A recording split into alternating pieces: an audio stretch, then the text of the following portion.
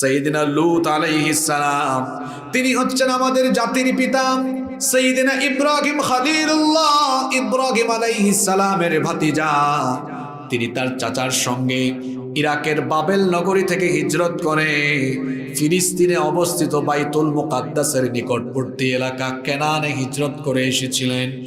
সাইয়েদিনা লূত আলাইহিস সালামকে রব্বুল আলামিন ফিলিস্তিন এবং জর্ডানের মধ্যবর্তী এক অঞ্চল, যে অঞ্চলকে বলা হয় সাদুম অঞ্চল, ওই সাদুম অঞ্চলে বড় বড় 5টা শহর ছিল।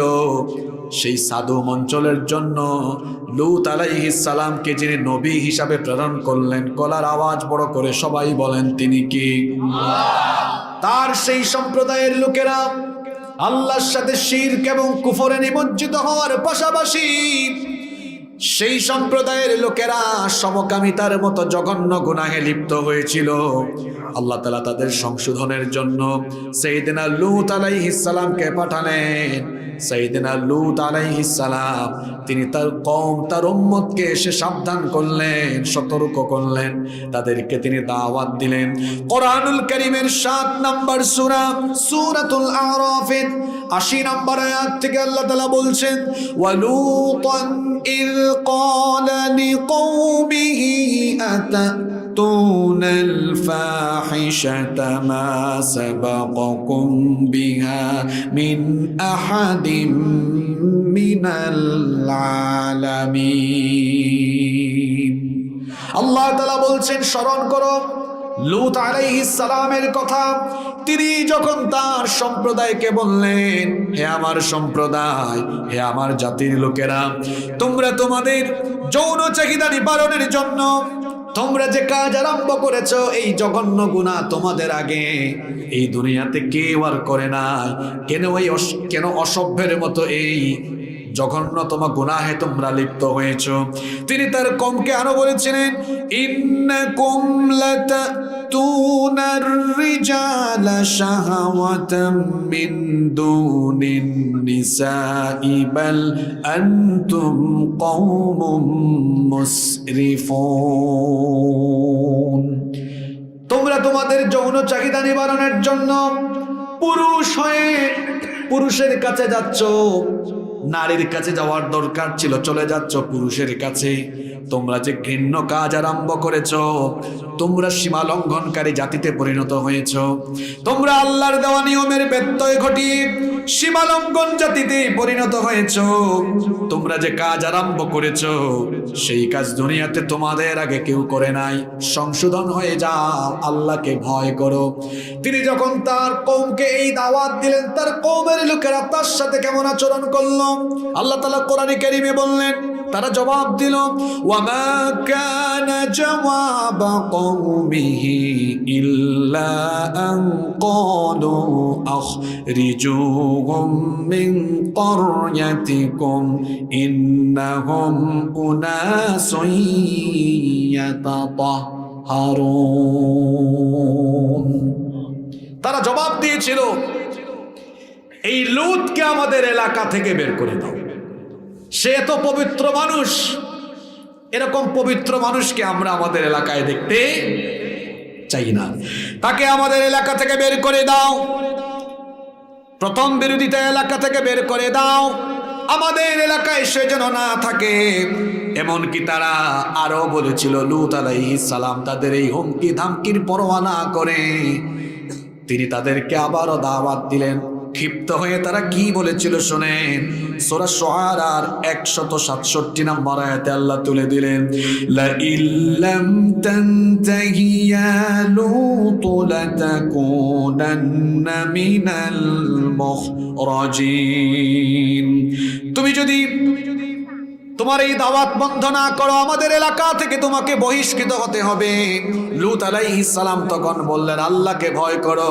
তোমরা যে জঘন্য কাজ আরম্ভ করেছো, এই জঘন্য কাজ এটা যদি চলমান রাখো, এতে যদি লিপ্ত থাকো, আল্লাহ তোমাদেরকে গজব দিয়ে ধ্বংস করে দিবেন। বেয়াদব অসভ্য এই জাতি আল্লাহর ভয়ের তোয়াক্কা না করে বেয়াদবিমূলক কথা বলেছিল। কিরকম দাম্ভিকতার সাথে তারা জবাব দিয়েছিল শোনেন।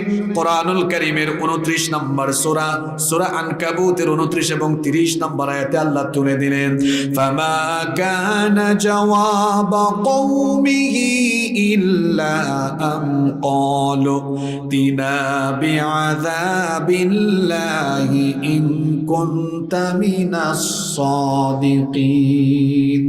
তারা বলেছিল যে আযাবের ভয় আমাদেরকে দেখাচ্ছ, ওই আযাব আমাদের উপরে পাল্লে নিয়ে আসো। নাউজুবিল্লাহ। কেমন বেয়াদব, কেমন সীমা লঙ্ঘনকারী জাতি। তারা যখন এই কথা বলল, সাইয়েদনা লূত আলাইহিস সালাম তখন আল্লাহর কাছে ফরিয়াদ করে বলেছিলেন, রব্বিনসুরনি আলাল কওমিল মুফসিদিন। হে আমাদের রব, হে আমার রব, এই সীমালঙ্ঘন জাতির উপরে তুমি আমাকে সাহায্য করো। আমার দাওয়াতেরা প্রত্যাখ্যান করেছে, এমনকি তোমার আযাবের ভয়ে তারা ভীত হয় নাই, বরং তারা বেয়াদবি করেছে। আল্লাহ তাআলা তখন তার নবীর ফরিয়াদ কবুল করলেন। কোন নবী যদি তার উম্মতের জন্য বদদুয়া করেন, সেটা বরদাস্ত করেন নাকি? আস্তে বলবেন না, জোরে বলেন কি? আল্লাহ তাআলা তখন গজবের সিদ্ধান্ত নিলেন। তবে আল্লাহ কোন জাতিকে ধ্বংস করার আগে আল্লাহ তাআলা শেষবারের মতো সুযোগ দেন। আল্লাহ তাআলা এই অসভ্য জাতিকে ধ্বংস করার আগে তাদেরকেও একটা সুযোগ দিয়েছিলেন। কিভাবে আল্লাহ সুযোগ দিলেন শোনেন। আল্লাহ তাআলা ফেরেশতাদেরকে মানুষের সুরত দিয়ে, সুন্দর কিছু যুবকের আকৃতি দিয়ে আল্লাহ তাআলা এদেরকে পাঠালেন। তারা লূত আলাইহিস সালামের বাড়িতে আসলো। লূত আলাইহিস সালাম তাদেরকে দেখে ঘাবড়ে গেলেন। তিনি অত্যন্ত ভীত বিহ্বল হয়ে গেলেন, কারণ তার জাতির লোকেরা এত খারাপ, এত অসভ্য, এরা পুরুষ হয়ে পুরুষের কাছে চলে যায়। তিনি চিন্তা করলেন, আমার এই বাড়িতে যদি এত সুন্দর সুন্দর যুবকেরা, নওজওয়ানেরা মেহমান হয়ে এসেছে, এটা যদি আমার ওই অসভ্য লোকেরা জানে, আমার জাতির সেই অসভ্য লোকেরা জানলে, এরা আমার এই মেহমানদের উপরে ঝাঁপিয়ে পড়তে পারে, তাদেরকে বেইজ্জত করে দিতে পারে। এই জন্য তিনি অত্যন্ত ভীত বিহ্বল হয়ে গিয়েছিলেন। তিনি বলেছিলেন, সূরা হুদের মধ্যে আল্লাহ কাহিনী তুলে দিয়েছেন। তিনি তখন বলেছিলেন, হাদা ইয়াউমুন নাসিব, আজকের এই দিনটা হলো আমার জন্য সংকটময় একটা দিন। লূত আলাইহিস সালামের স্ত্রী, তিনি কাফের ছিলেন। লূত আলাইহিস সালামের স্ত্রী, তিনি সমকামী ছিলেন না, কিন্তু সমকামীদেরকে সমর্থন করতেন। কথা কি বোঝা যায়? আপনাদেরকে কিচ্ছা শোনানোর জন্য আসি নাই, একটু পরে বুঝবেন যে আজকে এই আয়াত থেকে কেন আলোচনা শুরু হয়েছে। মনোযোগ আছে তো? লূত আলাইহিস সালামের স্ত্রী, তিনি কাফের ছিলেন, সমকামী ছিলেন না, কিন্তু সমকামীদেরকে সমর্থন করতেন। লূত আলাইহিস সালামের বাড়িতে যখন সুন্দর সুন্দর কিছু যুবক, এরা যুবক না ফেরেশতা, সুরত ধরেছে মানুষের সুরত দিয়েছেন কি আল্লাহ? কি চাইলে পারেন না? এই খবর লূত আলাইহিস সালামের স্ত্রী অসভ্য সমকামী এই কাফিরদের কানে কানে পৌঁছে দিল। এই কথা শোনা মাত্রই অসভ্য এই লোকেরা লূত আলাইহিস সালামের বাড়ি ঘেরাও করে ফেললো। লূত আলাইহিস সালাম তখন তাদেরকে বলেছিলেন, ইয়া কওমি হাউলাই বানাতি হুন্না আতহারু লাকুম, আমার মেহমানদের সাথে বেয়াদবি করো না।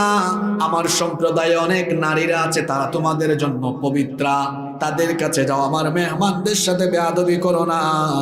তখন এই অসভ্য সমকামী লোকেরা বলেছিল, আমাদের কি দরকার, আমরা বুঝি, আমাদেরকে জ্ঞান দেওয়া লাগবে না। তারা যখন সিদ্ধান্ত নিল ওই মেহমানদের উপর তারা ঝাঁপিয়ে পড়বে, লূত আলাইহিস সালাম তখন বললেন, আজ যদি আমার প্রতিরোধের শক্তি থাকতো তো তোমাদেরকে প্রতিরোধ করতাম, বাধা দিতাম, কিন্তু সেই সামর্থ্য আমার নাই। ফেরেশতারা তখন আসল তথ্য ফাঁস করে দিলেন। ফেরেশতারা বললেন, হে আল্লাহর নবী লূত, আপনি ঘাবড়ে যাবেন না, আপনি চিন্তিত হবেন না, আপনি আমাদেরকে মানুষের সুরতে দেখছেন, কিন্তু আমরা মানুষ নই, আমরা আল্লাহর পাঠানো ফেরেশতা। আপনি ভয় পাবেন না, এরা আমাদের ধারে কাছেও আসতে পারবে না, আসার আগেই এরা গজবে শেষ হয়ে যাবে। আমাদেরকে আল্লাহ মানুষের সুরত দিয়ে পাঠিয়েছেন, কারণ আল্লাহর দয়া মানুষের উপরে কম না বেশি। আল্লাহ শেষবারের মতো তাদেরকে পরীক্ষা করতে চাইলেন, এই পরীক্ষায় তারা ফেল করেছে। আপনার জন্য সংবাদ হলো, আপনার স্ত্রী ছাড়া বাকিদেরকে নিয়ে আপনি আজকে রাত পোহাবার আগে, ভোর হওয়ার আগে এলাকা থেকে চলে যান, কারণ এই এলাকাকে গজব দিয়ে ধ্বংস করার সিদ্ধান্ত ইতিমধ্যে যিনি গ্রহণ করেছেন তিনি কি? লূত আলাইহিস সালাম ফেরেশতাদের এই কথা শুনে সঙ্গে সঙ্গে তিনি তার স্ত্রীকে বাদ দিয়ে বাকি সদস্যদেরকে নিয়ে ঘর বাড়ি ছেড়ে রওনা করলেন। হিজরতের উদ্দেশ্যে তিনি পথ চলা আরম্ভ করলেন। ফেরেশতারা বললেন, পিছনে তাকাবেন না, এলাকা ছেড়ে চলে যান, কারণ প্রত্যুষেই ভোরবেলা গজব আসবে যার তরফ থেকে তিনি কি? লূত আলাইহিস সালাম তার স্ত্রী ছাড়া অন্যদেরকে নিয়ে রওনা হলেন। ঠিক সকালবেলা গজব চলে আসলো। কেমন গজব শোনেন, সেই জমিনে বসবাসরত সকল সমকামী এবং সমকামীদের মদতদাতা আর তাদেরকে সমর্থনকারী লোকদেরকে আল্লাহ তাআলা জমিনটা উপরে উঠায়া একটা আছাড়ে দিয়ে জমিনের উপরকে নিচে, নিচকে উপরে উঠায়া গোটা জমিনটাকে উল্টায়া দিয়া ওই জনপদকে যিনি ধ্বংস করে দিয়েছেন তিনি কি? কথা শুনতেছেন তো আমার? একটা সেকেন্ড নষ্ট করবেন না, আপনারা আমাকে সহায়তা করেন।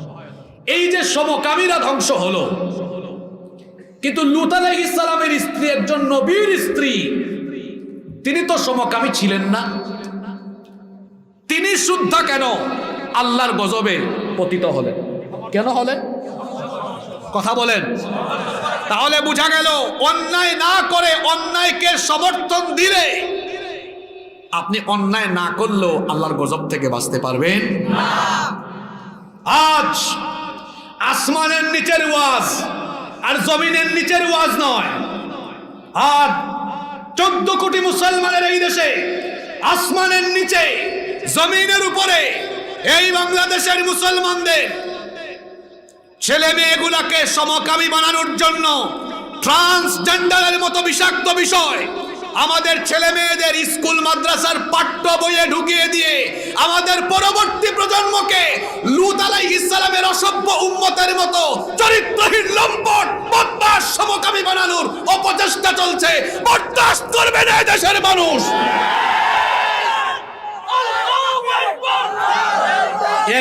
একবারে দাও, বসেন, একবারে দিবেন আপনি, লাইনে তুলে একবারে দিন। আজ আপনি রাজনীতির জন্য, দল কানামি করে, দুনিয়াবি স্বার্থের জন্য, পদের জন্য যদি চুপচাপ থাকেন তো দেশের মানুষ আপনাকে চিনে রাখবে। আপনি জাতীয় গাদ্দার, আপনি জাতীয় মুনাফিক। লূত নবীর স্ত্রী যেভাবে সমকামী না হয়েও সমকামিতাকে সমর্থন দেওয়ার কারণে গজবে নিপতিত হয়েছেন, আপনার মতো চেহারা সুরতে ভালো মানুষের বেশ ধরে যারা অন্যায় না করেও চুপচাপ থেকেই অন্যায়কে যারা সমর্থন দিচ্ছেন, আল্লাহর কসম, আল্লাহর কুরআন হাতে নিয়ে বলছি, গজব থেকে আপনি বাঁচতে পারবেন না। দলাদলি বাদ দেন, দল কানামি বাদ দেন, স্বার্থ, ক্ষমতা সব আপাতত ভুলে যান। এই সমকামিতাকে প্রমোট করার জন্য এই ট্রান্সজেন্ডারের মতো এই বিষাক্ত ইস্যু কোন জায়গায় আছে আপনি হয়তো খবরও জানেন না। আপনার কি মনে হয় হুজুর মুখস্থ কথা বলবে? না, এখানে খতিয়ান নিয়ে এসছি তো আমি, একদম RSBS, মানে আপনাদের এলাকার জায়গা জমির RSBS না, এটা একটা রূপক কথা।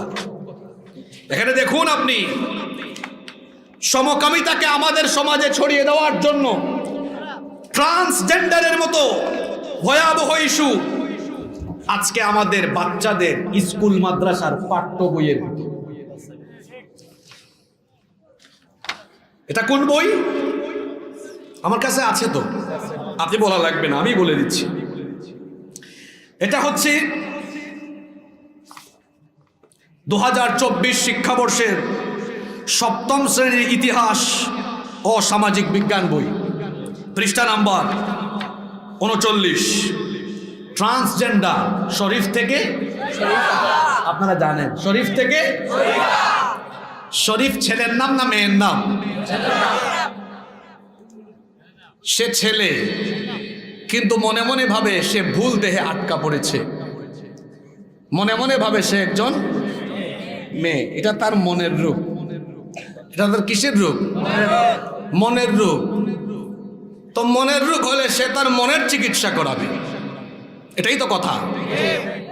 আচ্ছা বলেন তো, আল্লাহ তাআলা যাকে ছেলে বানিয়েছেন মনে মনে চাইলে কি সে মেয়ে হতে পারবে?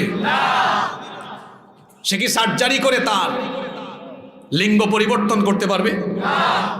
একজন পুরুষ মনে মনে মেয়ে হয়ে পেটের সন্তান নিতে পারবে? এই শরীফা, শরীফ থেকে যে শরীফা, সে কি গর্ভবতী হতে পারবে? একজন নারী কি পুরুষ হয়ে পুরুষের মতো কিছু করতে পারবে? এটা তো সভ্য সমাজ, আমি অসভ্যের মতো বলতে পারবো না তো। আপনি বুঝে নেন আমি কি বলতে চাচ্ছি। একজন নারী পুরুষ হয়ে পুরুষের মতো সব পারবে? কথা বলেন না কেন? এখন তো সবকিছু মনে মনে। এখন আপনারা কি মনে মনে মহিলা নাকি? তো আওয়াজ মহিলার মতো কেন? কথা বলেন, পারবে? ট্রান্সজেন্ডারকে হিজরার সাথে সমর্থবোধক শব্দে ব্যবহার করা হয়েছে। এজন্য জাতির সাথে কলা দেখিয়ে মূলা খাওয়ানোর মতো এক ভয়াবহ তামাশা শুরু হয়েছে। আপনারা কি মনে করছেন আমরা আঙ্গুল চুষে চুষে বড় হয়েছি? হিজরা আর ট্রান্সজেন্ডার তো এক বিষয় নয়। হিজরা হচ্ছে জন্মগত সমস্যা, আর ট্রান্সজেন্ডার মানসিক সমস্যা। যিনি হিজরা তিনি হয়তো জন্মগতভাবে সুস্থ যৌনাঙ্গ নিয়ে জন্ম নেন, কিন্তু ট্রান্সজেন্ডার যে, সে সুস্থ যৌনাঙ্গ নিয়ে জন্ম নিয়েছে। এটা ছেলে ছেলের মতোই জন্ম নিয়েছে, সব তার ঠিক আছে, হঠাৎ করে ভাবে সে মেয়ে, অথবা মেয়ে ভাবে। এখন এখানে যদি এরকম কোনো মুনাফিক থাকে যারা মনে মনে বলতেছে হুজুর এই বিষয়টা এখানে নিয়ে আসলো কেন, তা আমি বলবো সব বিষয় ব্যক্তিগত নয়, কিছু ব্যক্তিগত বিষয় সমাজ সভ্যতাকে ধ্বংস করে দেয়। ট্রান্সজেন্ডার এটা ব্যক্তিগত ইস্যু নয়। আপনি যদি ব্যক্তিগত ইস্যু বলে চুপচাপ থাকেন, সবার আগে আপনার সমস্যা হবে। কি সমস্যা হবে আপনাকে বলে দিই। মনে করেন আপনার ছেলে মুন্না, সে বড় হয়ে আপনাকে বলল, আব্বু আপনার ছেলে মুন্না এতদিন মুন্না হলো, এখন থেকে আপনার ছেলে মনে মনে মুন্নি। ঠাড়া পড়ছে কার উপরে? কথা কন না কেন? নিজের উপরে। কার উপরে? এখন সে যদি বলে আমাকে, আমি যেহেতু মনে মনে মুন্নি, আমাকে বিয়ের জন্য মুন্না মার্কা অর্থাৎ ছেলে মার্কা কেউ লাগবে। যদি এখন তারে মনে মনে মেয়ে ভাবা, এইটাকে যদি ছেলের সাথে বিয়ে দেওয়া হয়, বাসর ঘরে গিয়া দেখবে দুটো এক জাতি। কথা বুঝেন নাই? তাহলে সমকামিতা ছড়িয়ে গেল কি গেল না? আপনি এটাকে কি ভাবছেন? নরমাল ইস্যু ভাবছেন। আর আপনি বাপ, আপনি আরো বড় বিপদে পড়বেন যদি মেয়ে মনে মনে ছেলে হয় সম্পদ বন্টনের সময়। যদি আপনার মেয়ে মুন্নি বলে, আব্বু এখন তো আপনি সম্পদ ভাগ করবেন, কিন্তু আপনি সম্পদ ভাগ করার সময় জেনে রাখেন আমি এতদিন মুন্নি হলেও এখন মনে মনে মুন্না। ভাগ করেন তো সম্পদ। এখন পেশ আছে না নাই? আর একটা বাচ্চা তার বয়স যখন 10-12 বছর 13 বছর, সে যেটা শিখবে ওই মানসিকতাই লালন করে বড় হবে। আমি কি ভুল বলেছি? ঠিক আছে না? তাহলে ক্লাস 7-এর বইতে আপনি এটা দিলেন, ছোট্ট বাচ্চা এগুলো, সে এগুলো এই ধারণা নিবে যে শরীফ শরীফাতে পড়ছি যে মনে মনে ছেলে হলেও মনে মনে মেয়ে ভেবে সমাজে চলাফেরা করা যায়। এই ছেলেটা ইন্টারমিডিয়েটে যাওয়ার পরে, ইউনিভার্সিটিতে যাওয়ার পরে হলে তার সিট দরকার, হোস্টেলে সিট দরকার। এখন যদি কলেজের স্যারকে বলে, স্যার আমার নাম মুন্না, কিন্তু হোস্টেলে সিট পাওয়ার আগে এখন মনে মনে আমার মুন্নি মুন্নি ফিল হচ্ছে, নাউজুবিল্লাহ পড়ে বলেন, আগে আমার কথা শুনেন। এখন সে যদি দাবি করে, এটা আমাদের বইয়ে আছে, স্বীকৃতি দেওয়া আছে, আমি মুন্না হইলে কি হয়েছে, এখন হোস্টেলে সিট নেওয়ার সময় মনে মনে স্যার আমাকে মহিলা হোস্টেলে সিট দেন, পরের দিন কি হবে আপনারাই বুঝতেছেন। এক শেয়াল মুরগির খামারের পাশে এসে বলতেছে, দেখো মুরগি, আমাকে শেয়াল দেখলেও মনে মনে কিন্তু আমি মুরগি, তোমরা আমাকে তোমার সাথে থাকতে দাও। যদি মুরগির মন নরম হয়ে মুরগিরা বলে থাকুক এই শেয়াল আমাদের সাথে, সকালবেলা একটা মুরগি থাকবে, ওই মুরগির অবস্থা যা হবে, এই মুন্না মুন্নি হয়ে কলেজের হোস্টেলে ঢুকলে তাই হবে। এই ট্রান্সজেন্ডারের মতো বিষাক্ত ইস্যু আমাদের সুনামুনিদের বইয়ের ভেতরে ঢুকিয়ে দিয়ে আমাদের ছেলে মেয়ে, আমাদের নাতি নাতনিদেরকে সমকামী বানিয়ে এই সমাজকে নষ্টের অপচেষ্টা এই জাতিকে রুখে দিতে হবে। যারা এর সমর্থন দেয় তাদেরকেও এই জাতির লোকেরা চিহ্নিত করতে হবে। শাহরিয়ার কবির গত 28 জানুয়ারি প্রেস কনফারেন্স করে সে বলেছে, এগুলো নিয়ে যতই কথা হোক না কেন, এগুলো থাকুক, মোল্লারা এগুলো কিছু বুঝবে না। আমিও বলি যেমন কুকুর তারে তেমন মুগুর দেওয়া দরকার। তো আমি জবাবে বলেছিলাম, শাহরিয়ার কবির যেহেতু ট্রান্সজেন্ডার ইস্যুকে সমর্থন করে, তার উচিত নিজে আগে ট্রান্সজেন্ডার হয়ে বেশি দূরে না তার বউয়ের কাছে দেওয়া। সেজন্য তার বউকে গিয়ে বলে, দেখো বউ, তুমি এত বছর ধরে আমার সাথে সংসার করো, তুমি আমাকে কবির হিসাবেই চিনো, কিন্তু এখন থেকে মনে মনে আমি কবিরা বা কবরী। যা তোর বউকে এটা বলে দেখ, আমার তো মনে হয় তোর বউ তোরে দামি কোনো জুতা দিয়া না, একদম সেরা স্যান্ডেল দিয়া তোরে পিটাবে। আর তাকে আমার দেশের লোকেরা কিচোর জানি কয়। এটা আমি বলি নাই, আপনারা বলেছেন, এটা আপনারাও বলেন নাই, বলেছে এদেশে মুক্তিযুদ্ধে অংশগ্রহণকারী এক সেক্টর কমান্ডার। সুতরাং মুক্তিযুদ্ধে অংশগ্রহণকারী একজন সেক্টর কমান্ডারের কথাকে হালকা হিসাবে নেওয়া উচিত নয়।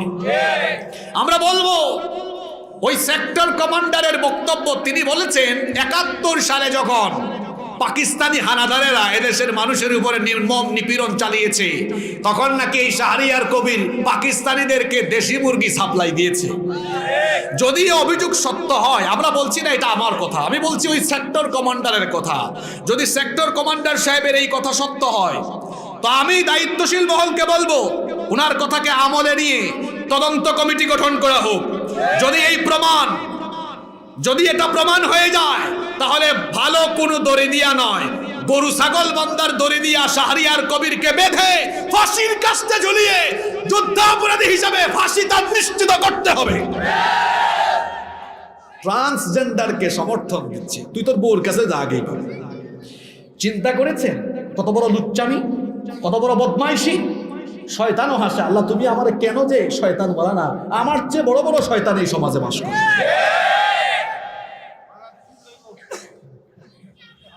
আমার চাচারা শোনেন।